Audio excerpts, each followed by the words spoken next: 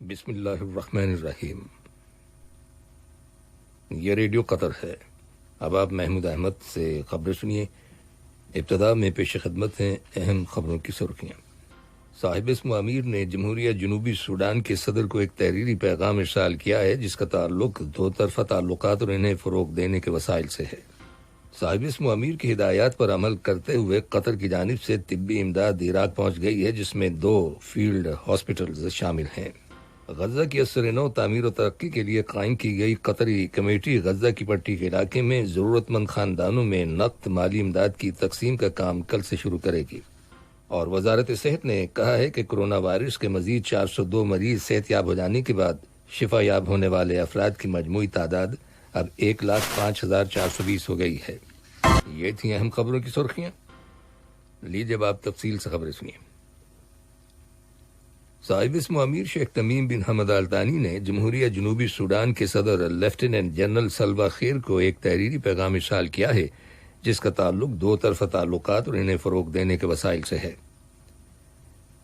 وزیر خارجہ کے انسداد دہشت گردی، ثالثی اور تنازعات کے حل کے لیے خصوصی مندوب ڈاکٹر مطلق بن ماجد القحطانی نے جوبا میں جمہوریہ جنوبی سوڈان کے صدر کے ساتھ ملاقات کی اور انہیں صاحب اسم امیر کا مذکورہ پیغام پہنچایا۔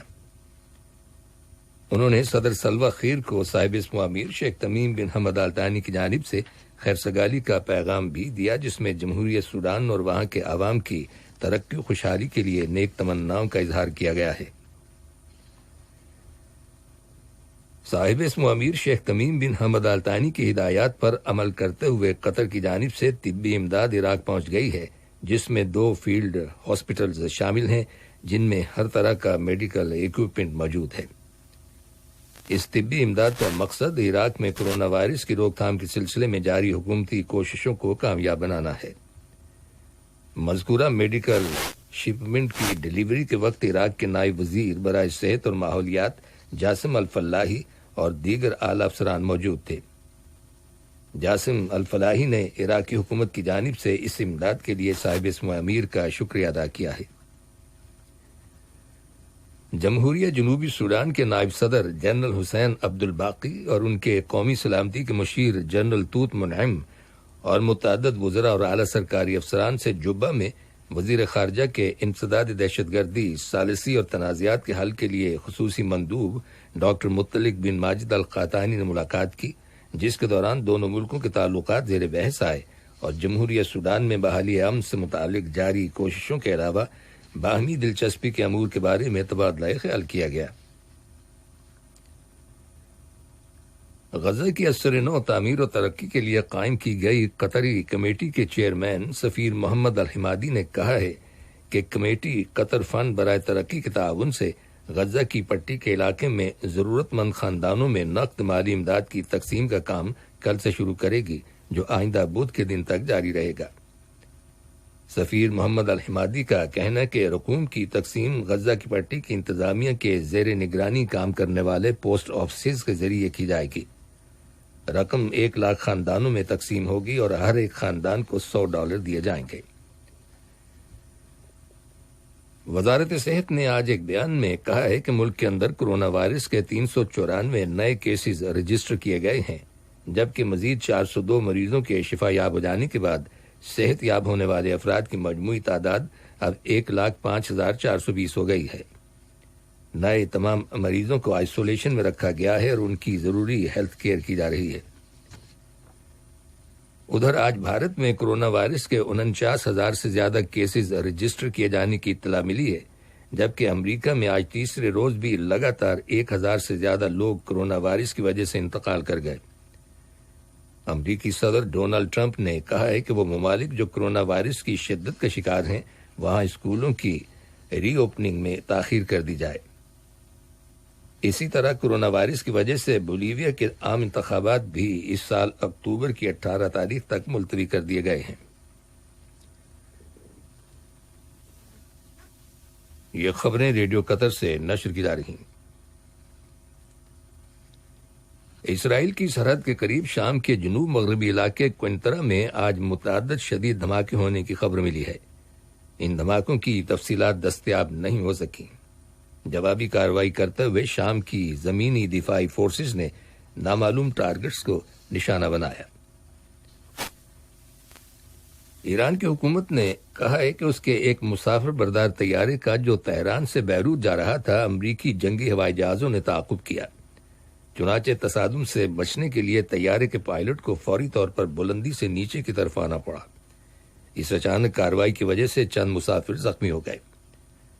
رائٹرز خبر رساں ایجنسی کی رپورٹ کے مطابق مسافر بردار طیارہ شام کی فضائی حدود سے گزر رہا تھا جب 2 امریکی طیاروں نے اس کا تعاقب کیا۔ ایرانی میڈیا پر جاری کی گئی ایک فوٹیج سے 2 طیاروں کو مسافر بردار طیارے کے ساتھ پرواز کرتے ہوئے دکھایا گیا ہے۔ اسی دوران میں حکومت ایران نے کہا ہے کہ وہ امریکہ کے خلاف قانونی اقدامات کرنے کے بارے میں غور کر رہی ہے۔ ایران کا کہنا ہے کہ نیوٹرل ایئر سپیس میں کسی مسافر بردار طیارے کو ہراساں کرنا بین الاقوامی سطح پر سول ایویشن سیکیورٹی کی سنگین خلاف ورزی ہے۔ ترکی کے شہر استنبول میں آیا صوفیہ میں آج 86 برسوں کے بعد پہلی مرتبہ جمعے کی نماز ادا کی گئی۔ یاد رہے کہ چند روز پہلے ترکی کی عدالت عالیہ نے سن 1934 میں میوزیم میں تبدیل کی گئی اس تاریخی عمارت کو ایک بار پھر مسجد میں تبدیل کرنے کا حکم جاری کیا تھا۔ چنانچہ ترکی کے صدر رجب طیب اردوان نے عدالت عالیہ کے فیصلے کی توثیق کرتے ہوئے اسے نماز کے لیے کھولنے اور پہلی مرتبہ وہاں نماز جمعہ ادا کرنے کا اعلان کیا۔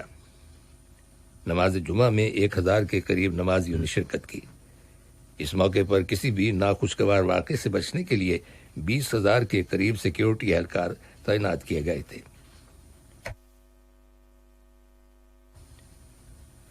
لبنان کے صدر مائیکل آن نے کہا ہے کہ ان کے ملک کے اندر مالی نقصانات اور پبلک ڈیٹ کے حجم کو مد نظر رکھتے ہوئے انٹرنیشنل مانیٹری فنڈ یعنی بین الاقوامی مالیاتی فنڈ IMF کے ساتھ مذاکرات جاری رکھے جائیں گے۔ دریں اثنا فرانس کے وزیر خارجہ جیان لیڈریون نے کہا ہے کہ لبنان کے سیاستدان بحران کا شکار اس ملک کے لیے انتہائی ضروری غیر ملکی امداد کی راہ میں رکاوٹ کا باعث ہیں۔ ان کا کہنا ہے کہ ان سیاستدانوں کو ملکی معاشی مشکلات کا حل تلاش کرنے میں ناکامی کا سامنا ہے۔ چین نے امریکی حکومت سے کہا ہے کہ وہ چین کے شہر چانگڈو میں اپنا قونصل خانہ فوراً بند کر دے۔ یاد رہے کہ گزشتہ منگل کے روز واشنگٹن حکومت نے ہیوسٹن میں چین کے قونصل خانے کو 3 روز کے اندر بند کر دینے کا حکم دیا تھا۔ آج صبح چین کی وزارت خارجہ کی جانب سے ایک بیان جاری کیا گیا جس میں واضح کیا گیا ہے کہ امریکہ کے غیر منصفانہ اور غیر پارلیمانی اقدام کے خلاف جوابی کارروائی کرتے ہوئے چین نے مناسب اور ضروری قدم اٹھایا ہے۔ وزارت خارجہ کے بیان میں یہ بھی کہا گیا ہے کہ اب امریکہ اور چین کے تعلقات کی نوعیت وہ نہیں جس کی چین خواہش رکھتا ہے۔ بیجنگ حکومت نے اس کی تمام تر ذمہ داری امریکہ پر عائد کی ہے۔ برطانیہ اور امریکہ کی حکومتوں نے روس پر الزام عائد کیا ہے کہ اس نے خلا میں سیٹلائٹ کو تباہ کرنے والے ہتھیار کا تجربہ کیا ہے جو زمین سے خلا میں موجود سیٹلائٹس کو نشانہ بنا سکتا ہے۔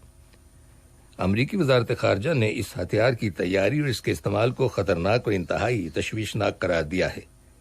تاہم اس سے پہلے روس کی وزارت خارجہ نے کہا تھا کہ روس اپنے خلا میں موجود اکوپمنٹ کی مرمت اور دیکھ بھال کے لیے ایک نئی ٹیکنالوجی استعمال کر رہا ہے۔ امریکہ نے پہلے بھی روس کی نئی ٹیکنالوجی کے استعمال پر خدشات ظاہر کیے تھے، لیکن یہ پہلا موقع ہے کہ برطانیہ نے بھی روس پر خلا میں ہتھیاروں کے تجربے کا الزام عائد کیا ہے۔ آخر میں اہم خبروں کی سرخیاں ایک بار پھر سن لیجیے۔